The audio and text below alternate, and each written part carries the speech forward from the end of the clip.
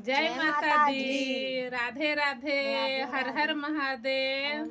हम लोग गांव आ गए हैं दुर्गा पूजा के छुट्टी में। चल के देखो दुर्गा जी तर लगा है भारी मेला जी, लगा है भारी मेला।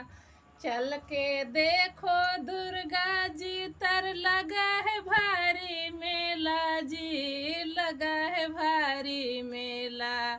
बाहर से अंदर जाके देखो चढ़ा है नारियर गोला, मैया शेरा पर सवार हो ओढ़ी के चुनरी, मैया शेरा पर सवार हो ओढ़ी के चुनरी।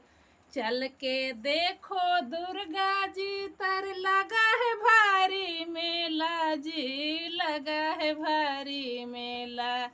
बाहर से अंदर जाके देखो चढ़ा है नारियर गोला, मैया शेरा पर सवार हो ओढ़ी के चुनरी, मैया शेरा पर सवार हो ओढ़ी के चुनरी। कैसा